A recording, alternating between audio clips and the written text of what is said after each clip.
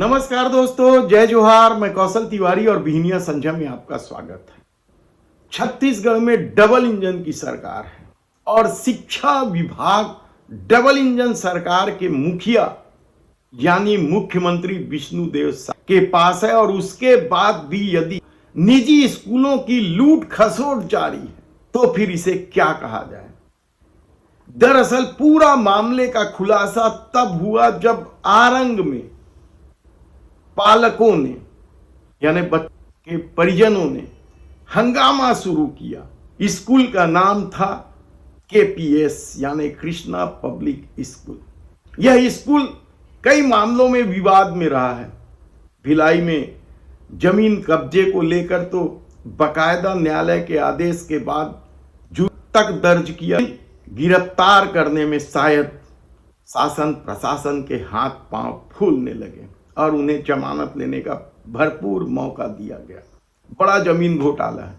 इसके अलावा पालकों से लूट खसोट को लेकर केपीएस या इसी तरह के कई विवादों से केपीएस हमेशा ही घिरा रहा है।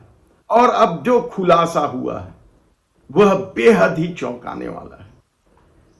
कहा जाता है कि यदि 5वीं और 8वीं की बोर्ड परीक्षा का निर्णय नहीं होता तो पता ही नहीं चलता कि पालकों को इतने लंबे समय से निजी स्कूल लूट रहे हैं।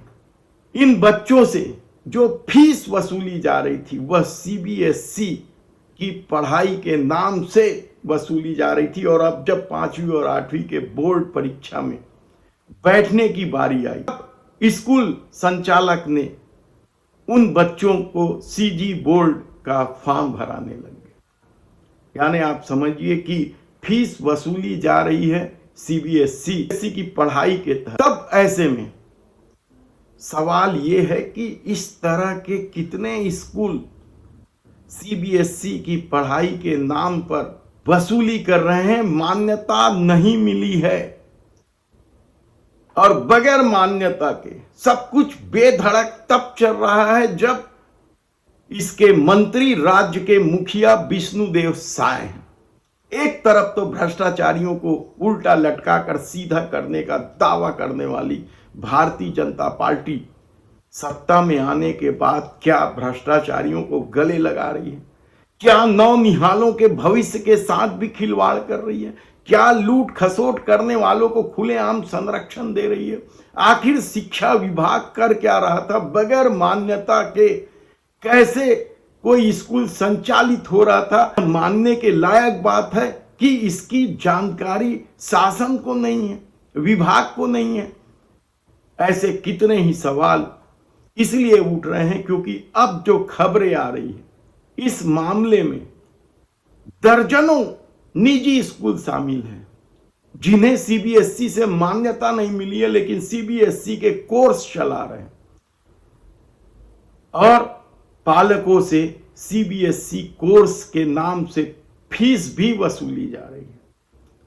केपीएस का मामला तो उजागर हुआ है, लेकिन कहा जा रहा है कि अभी तक कोई कार्रवाई नहीं हुई है। यानी आप समझिए कि केपीएस स्कूल की ठसक और धमक या सत्ता तक पहुंच किस कदर है।